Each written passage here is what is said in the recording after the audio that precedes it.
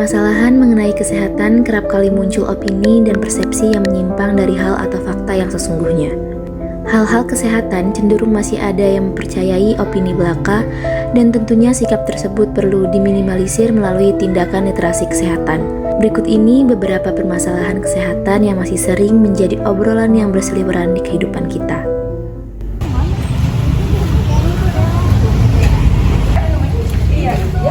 Belok kiri nggak sih? Iya. Itu yang ada ditanya aja.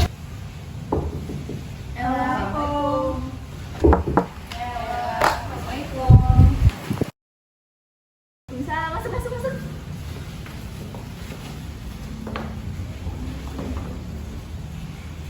Aduh, gila panas banget hari ini, kan ngerasa gak sih? Emang Untung gue udah beli es, jadi panasnya berkurang deh. gue lihat-lihat lu minum es murni deh. Jar. Mana es lu manis lagi? Emang lu nggak takut? Emang takut apaan deh? Diabetes, Fir. Udah banyak tahu kasus anak muda zaman sekarang yang kena diabetes gara-gara minum minuman manis kayak lu tuh. Jujur gue baru tahu kalau misalkan anak muda itu possible buat pengidap diabetes, apalagi gara-gara minum manis. Lagian, ya gimana ya El? Kan enak. Terus juga gue jarang-jarang kok minumnya. Masa sih lu jarang minum es? Serius. Fir, kita tuh nggak boleh terlalu sering konsumsi makanan dan minuman manis loh, karena itu bisa berdampak kalau misalnya kita nantinya ngidap diabetes. Tapi ternyata perlu digarisbawain kalau misalnya nggak cuma minum minuman manis doang, makanan asin kayak yang mengandung micin banyak, terus juga tepung-tepungan, itu juga bisa berdampak kita bisa mengidap diabetes loh. Masa sih Del, makanan kayak tepung-tepungan dan micin gitu juga bikin diabetes? Iya, nih ya, info yang gue lihat dari salah satu artikel namanya Dreamco, ada salah satu dokter namanya Dokter Prama Aditya, dia bilang kalau misalnya makanan yang memiliki rasa asin, terus juga gurih, tepung-tepungan kayak misalnya mie instan, terus jajanan lainnya itu juga mengandung gula ternyata, dan pastinya itu berdampak nantinya kita bisa mengidap diabetes. Terus gula tuh bukan cuma kayak minuman yang ditambah gula aja, tetapi juga makanan yang kayak bahan dasar tepung itu juga mengandung gula, dan itu juga bisa berdampak kita mengidap diabetes loh. Jujur gue baru tahu kalau misalkan diabetes itu nggak cuma makanan manis doang. Makanya kita tuh harus bisa lebih aware lagi. Ya ampun, selama ini gue tuh cuman percaya dan nerapin buat ngurangin makan makanan yang manis doang. Karena dari informasi dan jangan dari lingkungan sekitar kita juga, kita pasti disuruhnya ngurangin minum-minuman manis ya sih. Apalagi kalau kita lagi ngopi lah, lu minum manis terus lah. Padahal ternyata benar, iya harus ngurangin gula. Padahal kita makan makanan tepung kayak jajan cilor lah yang bahan dasar aci, ternyata itu juga possible kita bisa ngidap diabetes, karena pada dasarnya itu bahan dasarnya tepung, dan tepung tuh mengandung gula guys. Jadi tuh kita harus bisa lebih aware lagi, bisa lebih informatif lagi, selektif lagi kalau cari informasi, apalagi soal kesehatan, dan itu demi kesehatan kita juga nggak sih? Wak, by the way, ada air dingin gak sih? Aus banget. Ada, bentar gue ambilin di dapur umum dulu. Oke. Wah, Lanjutin. lu juga deh, lu kan lagi batuk ya. Tapi kalau minum air dingin sih? Tapi sejak kapan deh kalau misal lagi batuk sama radang tuh kita nggak boleh minum es? Lah, iya tahu, gue juga denger kan dari banyak orang kalau misalkan air dingin itu nggak boleh diminum pas lagi batuk. Nah, bagusnya itu air anget. Itu kata siapa kayak gitu? Kata orang dan kata keluarga gue, dan juga gue dari dulu emang menerapkan itu sih. Soalnya kan ya namanya juga dari orang tua ya, harus diikutin, dan ya jadi kebiasaan sampai sekarang.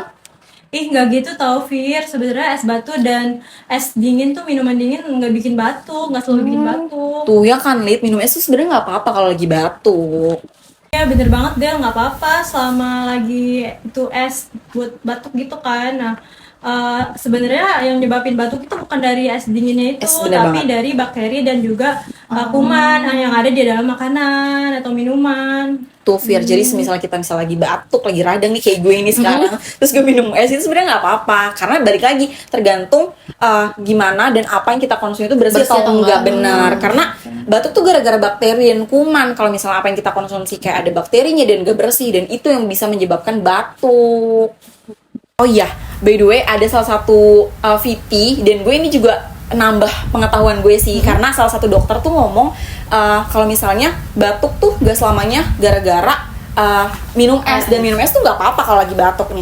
Menurut dokter Ekida, konten-konten dia tuh dokter kan namanya edukatif banget kan, dan salah satunya dia ngebahas nih soal kalau misalnya lagi batuk tuh nggak apa-apa minum es karena tergantung, semua itu tergantung sama apa yang kita konsumsi, bersih atau enggak. Kalau misalnya dia kotor ya itu yang nyebabin dia kita batuk gitu loh. Tapi ya selama ini tuh yang gue tahu ya emang kalau lagi batuk tuh nggak boleh minum air es nggak sih? Karena selama ini tuh ortu gue juga ngelarang kayak Elvira buat nggak minum es kalau lagi batuk. Tapi semua itu tuh tergantung apa yang kita minum sama makan. Benar-benar. Dari Kalau misalnya itu kotor, benar. Ya, itu yang bisa nyebabin batuk. Nah, iya benar jadi juga. gitu. Mungkin karena opini dan juga komentar dari keluarga dan lingkungan gue kali ya. Jadi kayak mindset gue jadi terpaku dengan lagi kayak oh nggak boleh batuk nggak boleh minum es. Iya benar.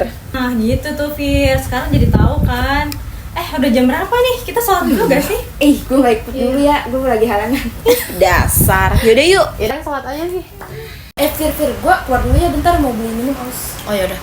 Lu sendiri nggak apa-apa. Gue pengen di sini mau ngelanjutin ini. Soalnya banyak. Oke. Bentar.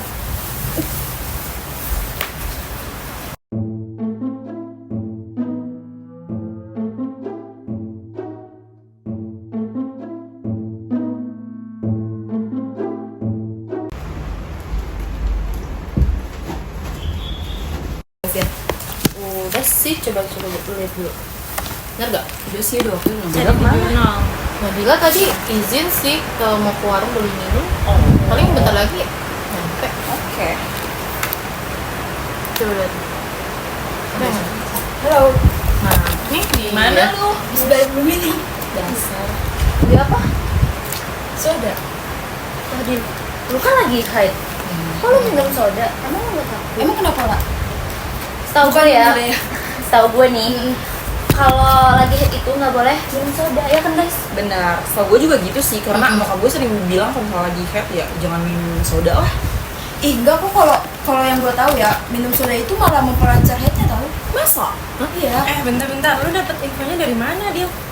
Gue tuh lupa dari mananya, tapi emang bener loh. Yang gue dapet tuh malah memperlancar headnya. Gini ya Dio, gue tuh pernah baca di salah satu website kesehatan gitu, katanya tuh kalau minum soda itu kan mengandung kafein dan gula gitu kan. Nah efek sampingnya itu bisa menyebabkan suasana hati, terutama kita nih cewek-cewek itu jadi memburuk, Bad mood gitu iya ya. kan, Mood apalagi swing. lu lagi head makin bad mood. Nah iya, setahu gue kalau minum soda tuh kayak bikin kram perut nggak sih? Nah lu selama ini lu haid itu nyeri gak? Iya, biasanya tuh lebih nyeri dari biasanya. Tuh, berarti kayaknya tuh gara-gara minum soda gak sih? Jadi itu kayaknya udah efek samping dari lu minum Bener, soda iya. gitu deh. Itu makin memperburuk. Kayaknya stop deh Dil, minum sodanya. Ntar daripada lu kenapa-napa. Bahaya Iya, tau. dia benar. Jadi kalau misalnya lu dapet informasi tuh usahain cari dulu kebenarannya gitu loh, jangan kayak langsung percaya dan lu terapin di kehidupan lo. Betul. Karena kan kayak kita juga nggak tahu kan. Terus jadi lu jadi serba salah gini sekarang malah udah sakit head terus malah makin tambah sakit gara-gara minum soda. Tersiksa banget. Bener. Duh, berarti itu semua yang gue tahu tuh hoax ya? Iya. Bisa jadi sih, bisa jadi. Kan lu belum tahu tuh, belum cari tahu kan kebenarannya Iya kayak sih. gimana. Ya udah, makasih ya guys. Next time gue bakal nggak minum soda lagi kalau yang lagi head. Oke. Udah kan? Lu Udah. Udah. Masih ada tambahan nggak? Udah cukup Aman sih ya, aman. Udah, jangan aja. Udah sore kan ya? Benar. Guys, tapi setelah dipikir-pikir ya, yang kita lakuin tadi tuh kebanyakan hoaxnya tahu. Iya, bener Kan? banget. Bisa Kayak jadi. kita ngambil informasi tuh yang nggak berdasar gitu, kayak Iya, nyerap bener. aja, nerapin aja tanpa tahu faktanya. Iya, kayaknya kita semua emang kurang literasi gak sih? Bener, iya. Apalagi kayak Vira tadi yang kemakan omongan orang tua atau keluarga gitu kalau nggak boleh minum air dingin pas lagi batuk. Dan lu juga Dil, jangan gampang makan hoax lah. Iya. Iya, apalagi anak muda zaman sekarang tuh kayak males banget baca nggak sih? Mungkin mereka tuh kayak oh yaudah ini benar. Iya, diambil semua gitu. Betul. Tanpa nyari Iya sih, tahu. bener-bener.